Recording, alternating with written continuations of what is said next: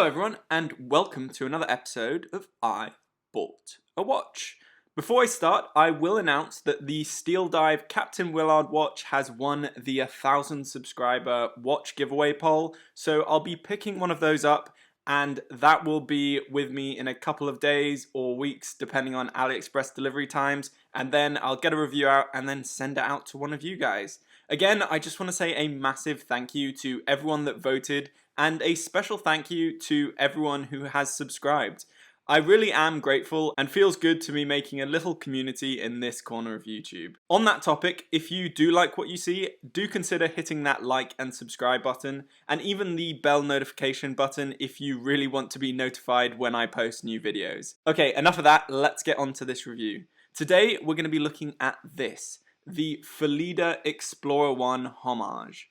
The basic structure of the review will be a bit of background on the piece that this is paying homage to, the Rolex Explorer of course, then a bit about the piece itself, going through dimensions and specifications, and finally ending off in a section called Reasons Not to Buy This Watch, but more on that later. Alright, before I get into the review properly, if at any point you want to pick one of these up, I unfortunately won't be leaving a link in the video description, as this one has already been taken down as it's sold out already on AliExpress. If you're watching this video in the future, do still check because Phylida does and probably will relist this watch. In fact, Phylida has just relisted the Phylida ST19 Speedmaster Homage. I'll leave a link to that as well in the description. They will be affiliate links, so that just basically means I get a little bit of commission at no extra cost to you guys. But anyways, let's kick things off with the history. So the Rolex Explorer, the Everest watch, worn by Sir Edmund Hillary, etc, etc. Well, that is in fact what Rolex wants you to believe. See, the real story is a little different. In truth, Rolex helped sponsor Sir Edmund's 1953 trip up to the world's highest peak, and did in fact loan everyone on the team a Rolex in order to test how this incredible journey would affect their watches. However, it's well documented Edmund Hillary wasn't wearing his Rolex when he summited Everest. Not to worry though, his climbing partner Tenzing Norgay was. So worry not, Rolex did still summit on that day. But that Rolex was not the Explorer, and was in fact a Oyster Perpetual. And in fact, the Explorer itself wasn't launched until after the successful summit. See, Rolex from about the 1930s had been funding expeditions and loaning their Oyster Perpetuals to be sent back so that they could gather feedback and make improvements on their watches in order to develop another professional line of watches to run along their Submariner, GMT Master and Milgauss lines. Prior to the Everest summit, Rolex had trademarked Explorer and had already been experimenting with the 369 dial layouts. So when everything lined up perfectly after the successful summit, they found themselves in the perfect position to launch the incredibly successful Explorer line. And that is how my current favourite Rolex was born. But of course, until a point at which I can justify picking one of those up, how well does this Phylida here scratch that itch? So starting off with dimensions here, we have a rather compact watch for an AliExpress offering. A 39mm diameter, which is perfect for people who like to wear slightly smaller watches. A lug-to-lug of 48mm. Again, this is unfortunately extended by these male end links that extend it to 53mm. The lug width here is a versatile 20mm. I really think this one has the potential to be a real strap monster. I'll definitely be showing it on a few straps later on in the review. And lastly, the thickness here is 13mm, but thanks to this caseback design, it does tend to sit a lot thinner on the wrist. Flipping it back over and moving on to the dial, the first thing that leaps out to you are those iconic loomed and applied 369 Arabics, creating such a clean and practical look. But first thing first, starting from the pinion outwards, we have your typical Mercedes handset, which I must say is very nicely sized, although I would like to have seen that seconds hand extended a couple millimeters so that it skirts that printed minute track. The dial itself is actually a matte black, which did surprise me. I thought it was going to be gloss, but under close inspection, in the right lighting, it definitely has a subtle texture to it. Crisply printed on the dial is Phylida below the 12 and automatic above the 6. And as I mentioned, a simple minute track is printed around the edge of the dial with emphasized markers at the 5-minute marks. Between the dial printing are applied loomed indices. Mimicking its inspiration, the aforementioned 3, 6, and 9, taking up their corresponding positions on the dial, with an upturned triangle at the 12 and batons taking up the remaining indices. As you can probably make out, these are all loomed. Now, the loom on this piece is not what I was expecting. Surprisingly, Phylida has opted for a two-tone look.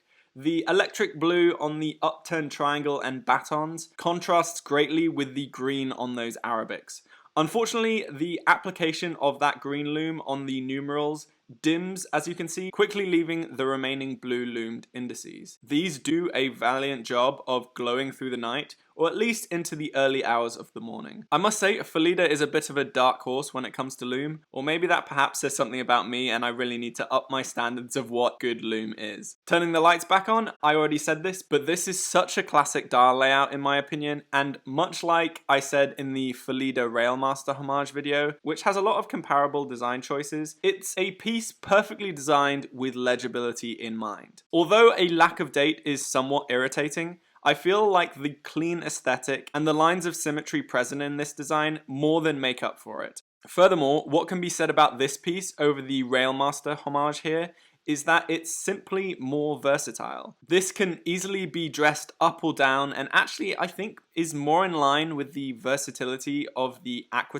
Homage, and if anything exceeds it. Okay, I'm getting a bit off topic. Back to the specifications, we have a wonderfully flat sapphire crystal, which features the slightest of beveled edges, making it meet nicely with that fixed polished bezel. Polishing is actually a theme of this piece, for better or worse, and a way in which it differs greatly from its Rolex inspiration. To start with, the watch features an entirely polished case, with a matching polished unsigned screw down crown in the 3 o'clock position. The crown is nicely sized and well threaded. Unscrewing it gives you access to the DG2813 movement inside. This movement hand winds in the first position, features an unfortunate but unavoidable ghost date position in the second position, and in the third position hacks and of course allows you to set the time. Moving on to the bracelet, we have a 3-link dual finish bracelet featuring polished mid links sandwiched between brushed links and featuring a nicely polished edging. The bracelet starts in a solid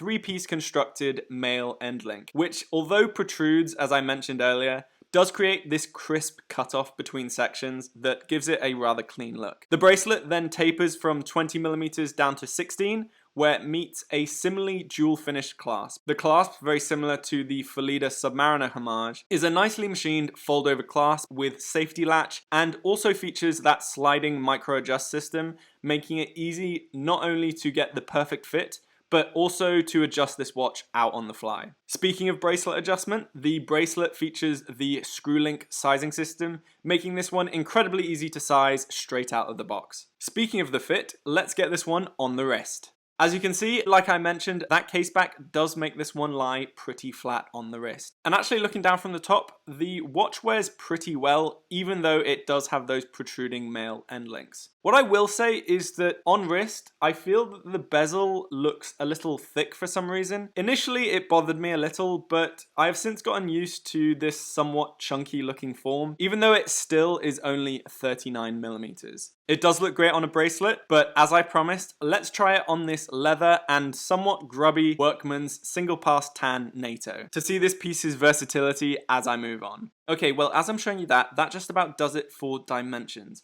If you have any further questions, of course leave them in the comments below and I'll do my best to answer them. But now onto the part of the show where I try and persuade you not to buy this watch. Now, if you're new to the channel, this is by no means me saying that this is a bad watch. Quite the contrary, this is me saying that this is a great watch, but like every watch, it is by no means perfect. So if you can live with the flaws that I set out in front of you, you can then go and make an informed decision on whether this is the one for you and go out and make that purchase. To start off with, this is a homage or a copy design of a Rolex Explorer One, which hopefully I have made clear from the start, and if that's not your thing, that's okay, and this is probably just not the watch for you. But if you're okay with that, the next biggest thing I would like to address is the finishing, and I mean that in two ways. Let me explain. First off is the polished elements of this one. Now, I recently watched a video on the Milgauss, and I realized that the polished elements are taken directly from that model. Phylida also has a Milgauss Homage, which is also unfortunately discontinued, and I imagine it just shares the same case and bracelet, and Phylida hasn't gone through the trouble of refinishing this one. Personally, I'm not particularly a fan when a bracelet is dual finished, and in fact, I didn't actually realize that this was the case when I picked this one up. On somewhat of a side note, I've been actually practicing refinishing some of the spare links of this bracelet. I'll pop a picture on screen now, and after this video, I'll probably attempt to refinish the entire bracelet, clasp, and case, leaving just that high polish bezel to make it slightly more faithful to the Explorer. If you want to see a video of me attempting that, let me know in the comments below and I'll get that out for you guys. The second part regarding finishing is actually to do with the clasp. Although the head of the watch, as is the case with most Phylidas actually, is pretty much immaculately finished, there's no sharp edges, I unfortunately can't say the same about this clasp. The corners here are really sharp. That being said, it's perfectly comfortable on wrist as they've actually rounded off the inner edges, but it does mean that you risk scratching loved ones, furniture, and to be honest, you could actually just scratch yourself, so it's definitely something to be aware of. Other small reasons not to pick this one up include the jewel coloured loom on that dial, which is a little quirky, the ghost date position, those male end links, and last but not least, I realise how ironic this sounds, but the almost trademark lack of branding Phylida keeps to be pursuing on their watches. But if those are all things you can live with, then this might be the watch for you. If, or more like when, it becomes available again, I will leave a link in the video description so you guys can go pick this one up. Right, that being said, I'm going to go head to the workshop and file down the edges of that clasp and make my best attempt on brushing out all the polishing on this one. If you did like the episode, please remember to like and subscribe if you haven't already. And all that's left to say is stay awesome, stay safe, and I'll see you again in the next episode. Bye!